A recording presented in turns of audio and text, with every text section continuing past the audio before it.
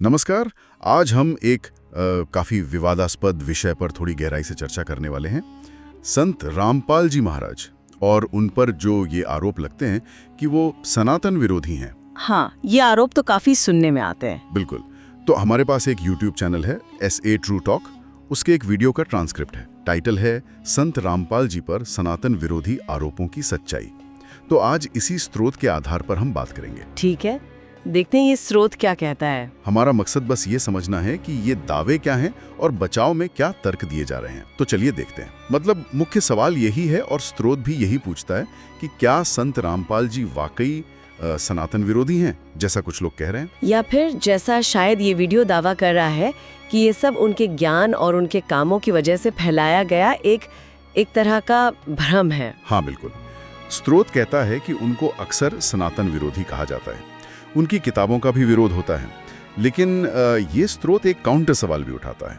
अच्छा, क्या सवाल है? वो पूछता है कि ये जो खुद को धर्म के रक्षक कहते हैं कुछ गुरु, क्या वो असल में शास्त्रों को समझते भी हैं या कहीं वो सिर्फ पाखंड तो नहीं फैला रहे? ये तो सीधा सवाल है। हाँ, उदाहरण भी दिए हैं, जैसे कुछ गुरु सत्संग की जगहों को मनोरंजन स्थल जैसा बना रहे हैं। अच्छा। या फिर शास्त्रों से बिल्कुल उल्टी बातें, जैसे मूर्ति पूजा, तीर्थ यात्रा, इनको मोक्ष का रास्ता बता रहे हैं। और जब भक्त पर कोई मुश्किल आती है, वो सवाल पूछता है, तो स्रोत कहता है कि ये गुरु बस प्रारब्ध का बहाना बना देते हैं। मतलब किस्मत का हवाला देकर कि भाई ये तो तुम्हारी किस्मत में था, हम कुछ नहीं कर सकते। हाँ बिल्कुल, कि भाई ये तो भोगना ही पड़ेगा। अच्छा, लेकिन ये स्रोत अपनी बात को सही साबित करने के लिए क्या कहता है? कोई आधार देता है? हाँ, दिलचस्प बात यह है कि ये स्रोत शास्त्रों का ही हवाला देता है अपने दावों के लिए। खासतौर पर यजुर्वेद अध्याय 8 मंत्र 13 का जिक्र है सत्यार्थ प्रकाश के हवाले से। अच्छा, यजुर्वेद का क्या कहता है वो मंत्र? उसके मुताबिक परमात्मा साकार है, मतलब उसका एक रूप है और उसका नाम कबीर है। और सबसे अहम बात जो ये स्रोत बताता है कि वो परमात्मा घोर पाप, जिन्हें एंशियस कहा गया है, मतलब ऐसे पाप जिनका नाश होना मुश्किल माना जाता है, उन्हें भी खत्म कर सकता है। क्या बात है! मतलब बड़े से बड़े पाप भी मिट सकते हैं। ये तो उन गुरुओं की बात से बिल्कुल अलग है जो कहते हैं कर्म भोगने ही पड़ेंगे। हाँ बिल्कुल, यही स्रोत का पॉइंट है। ये उन गुरुओं के दावे के एकदम विपरीत है। तो फिर ये जानकारी अगर शास्त्रों में है तो आम लोगों तक क्यों नहीं पहुंची? क्या स्रोत इस पर कुछ कहता है? हाँ, स्रोत का आरोप यही है कि ये ज्ञान जो शास्त्रों में है, इसे जानबूझकर कुछ गुरुओं ने, जिन्हें वो पाखंडी कहते हैं, छिपाया है, ताकि उनकी अपनी मान्यताएं चलती रहें, उनकी दुकानें चलती रहें एक तरह से। तो संत रामपाल जी के ज्ञान के बारे में स्रोत क्या कहता है? उसका आधार क्या है? स्रोत के अनुसार संत रामपाल जी का जो भी ज्ञान है वो पूरी तरह शास्त्रों पर आधारित है, वेदों पर, गीता पर। उन्होंने इन्हीं ग्रंथों से हवाले देकर कई रहस्य खोले हैं, ऐसा स्रोत कहता है। जैसे ब्रह्मा विष्णु महेश की असल स्थिति क्या है, उनकी क्या सीमाएं हैं, शेरावाली माता का पति कौन है, और गीता अध्याय 16 श्लोक 23 के आधार पर कि मनमानी पूजा क्यों व्यर्थ है। अच्छा, ये सब बातें उन्होंने शास्त्रों के हवाले से बताई, ऐसा स्रोत कह रहा है। हाँ, और स्रोत का तर्क ये है कि इसी तत्व ज्ञान, मतलब ये जो गहरा ज्ञान है परमात्मा और सृष्टि का, इसी की वजह से उन गुरुओं की आस्था की दुकानें, जैसा स्रोत कहता है, वो बंद होने लगी। समझ गया।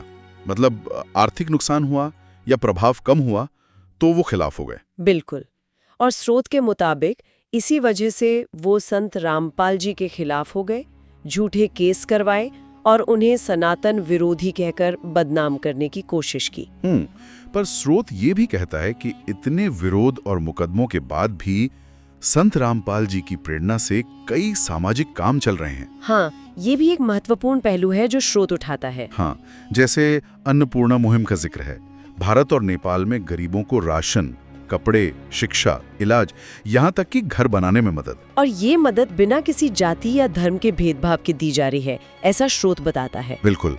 और भी पहले हैं दहेज मुक्त शादियां करवाना, हाँ, नशा मुक्ति अभियान, रक्तदान, नेत्रदान कैंप, मुफ्त दवा और इलाज। यहाँ तक कि जब बाढ़ आई पंजाब, हरियाणा, हिमाचल, बिहार में, तो वहाँ भी मदद पहुँचाई गई। तो मतलब सामाजिक स्तर पर काफी काम हो रहा है उनकी प्रेरणा से। स्रोत के अनुसार उनकी शिक्षा का सार भी स्रोत ने बताया है जीव हमारी जाति है, मानव धर्म हमारा, हिंदू मुस्लिम सिख ईसाई धर्म नहीं कोई न्यारा। और एक नारा भी है, रोटी कपड़ा शिक्षा चिकित्सा और मकान हर गरीब को दे रहा है कबीर भगवान। इससे उनके सामाजिक कामों के पीछे की जो सोच है वो पता चलती है। हाँ, मतलब स्रोत इन कामों को उनके ज्ञान और शिक्षा से जोड़कर देखता है। तो कुल मिलाकर देखें तो ये स्रोत संत रामपाल जी पर लगे आरोपों को सिरे से खारिज करता है। वो शास्त्रों के प्रमाण देता है, उनके सामाजिक कामों का हवाला देता है। बिल्कुल, ये ज्ञान की एक खास व्याख्या और जो पारंपरिक धार्मिक मान्यताएं हैं उनके बीच एक टकराव को दिखाता है।